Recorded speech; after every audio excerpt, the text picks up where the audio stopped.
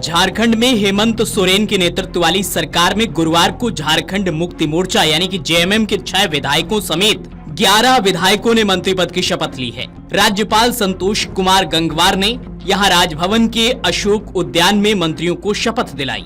मंत्री पद की शपथ लेने वालों में जेएमएम के 6 विधायक शामिल हैं, जिनमें विधायक सुदिव्य कुमार, दीपक बिरुआ, रामदास सोरेन, चमरा लिंडा, योगेंद्र प्रसाद और हफीजुल हसन हैं। कांग्रेस विधायक दीपिका पांडे, शिल्पी नेहा तिर्की, इरफान अंसारी और राधा कृष्ण किशोर ने मंत्री पद की शपथ ली, जबकि राष्ट्रीय जनता दल यानी कि आरजेडी के संजय प्रसाद यादव को भी मंत्री पद की शपथ दिलाई गई। शपथ समारोह की शुरुआत स्टीफन मरांडी द्वारा विधानसभा के प्रोटेम स्पीकर के रूप में शपथ लेने के साथ हुई।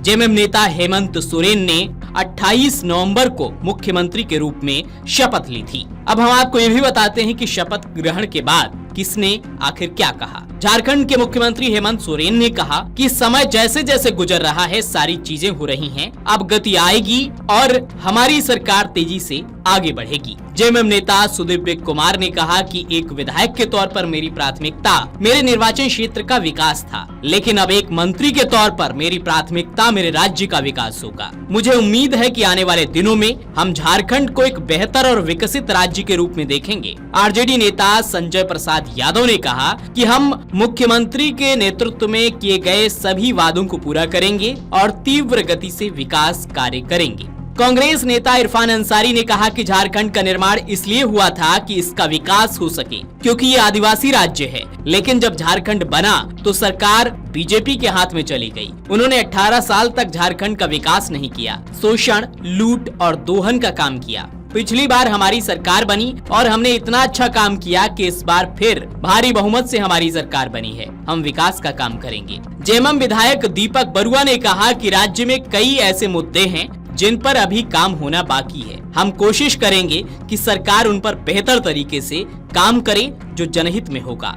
झारखंड में हाल ही में हुए विधानसभा चुनाव की बात करें तो जेएमएम ने 43 सीटों पर चुनाव लड़ा था और 34 सीटें जीती थी। ये विधानसभा चुनाव में पार्टी की ओर से सबसे बेहतरीन प्रदर्शन है। कांग्रेस को 16, आरजेडी को 4 और भाकपा माले लिबरेशन को इंडिया ब्लॉक में 2 सीटें मिली। बीजेपी ने 68 सीटों पर चुनाव लड़ा, 21 सीटें जीती और विधानसभा में दूसरी सबसे बड़ी पार्टी बनकर उभरी। पिछले महीने झारखंड में जेएमएम के नेतृत्व वाले गठबंधन ने लगातार दूसरी बार सत्ता हासिल की और 81 सदस्यीय विधानसभा में 56 सीटें हासिल की, जबकि बीजेपी के नेतृत्व वाले एनडीए को 24 सीटें मिली। 28 नवंबर को हेमंत सोरेन ने शपथ लेने के बाद ये भी निर्णय लिया कि 9 से 12 दिसंबर तक विधानसभा सत्र आयोजित किया जाएगा। Video desk अमरउजाला.com।